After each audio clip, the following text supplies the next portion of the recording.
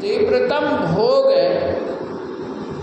एक महात्मा बरसाना के थे। वो महात्मा भजन करते थे और भजन में वो प्रवीण थे, हमेशा राधे राधे राधे राधे जाप करते थे। लेकिन जब उनका भोग, कर्म का भोग का समय आया, बेचारे बाथरूम में पाँव फिसल गया तो हो गया काम उनका। अब नित्य क्रिया के लिए असहाय हो गए तो उनके शिष्य उनको उठा करके नित्य क्रिया कराते थे, नहाना धुलाना लैट्रिन, यही नित्य क्रिया। अपने से बेचारे अब नहीं कर पाते, उठ नहीं पाते। ये भोग है, उस जन्म का भोग है। तो अब शिष्य भी ऐसे होते हैं, जब कहे आओ भाई कराओ तब कराते थे। अब उनको पता नहीं कि समय पर कराना, जो काम करना है तो आ जाए अपने समय पर। फिर आवाज़ देने लगे, आवाज़ में भी ना आए, बड़े मुश्किल से आए, कराए। तो भगवान ही इनके शिष्य का रूप धर करके आ गए और आके तुरंत जब समय आए, बिना ही कहे उठा करके भगवान बाथरूम में ले जाएं और इनका बढ़िया से नित्य क्रिया, स्नान ध्यान लैट्रिन सब करा के बढ़िया और लेटा देते थे।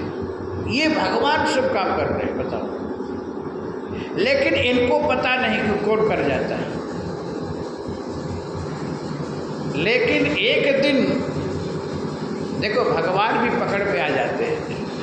नकली में भी एक नकली, चाहे कोई भी हो, चाहे मनुष्य हो चाहे भगवान हो, एक दिन पकड़ में आ ही जाएंगे। तो भगवान इनका शिष्य नकली में आए थे। जैसे अभी नित्य क्रिया करा के जाने वाले, उसी समय भगवान इनका हाथ पकड़ लिए, भगवान का। और महात्मा कहे आप कौन हो बताओ। आप हमारे शिष्य नहीं हो, क्योंकि शिष्यों को आवाज़ दिए दिए नहीं आते, बड़े मुश्किल से आते कराते हैं, और आप बिना आवाज़ दिए आ जाते हो।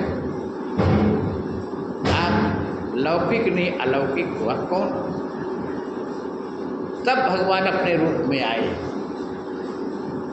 बोले ये मैं हूँ। ये बेचारे महात्मा रोने लगे, वाह प्रभु आप मेरा ये क्रिया करा रहे हैं। अरे राम राम, ये ऐसा आप क्यों करा रहे हैं, क्यों कर रहे हैं? भगवान कहे हमको आपकी दशा देखी नहीं जाती।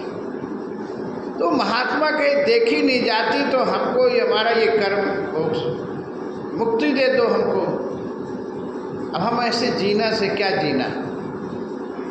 भगवान कहे मुक्ति मतलब मृत्यु हम दे देंगे, फिर इस कर्म का जो भोग वो कौन भोगेगा? उसको तो आप ही को भोगना, अवश्यमेव कर्तव्यम। शुभाशुभ कर्म नरई भोक्तृत्वम। वो नर जो शुभ अशुभ कर्म किया उसको वही भोगेगा, दूसरा थोड़ी। उसको भोगना ही है। बोलो राधे राधे। तो ये भगवान की विशेष महती कृपा है, जो पूर्व जन्म के भोग को भगवान इसी जन्म में भुगा देते हैं।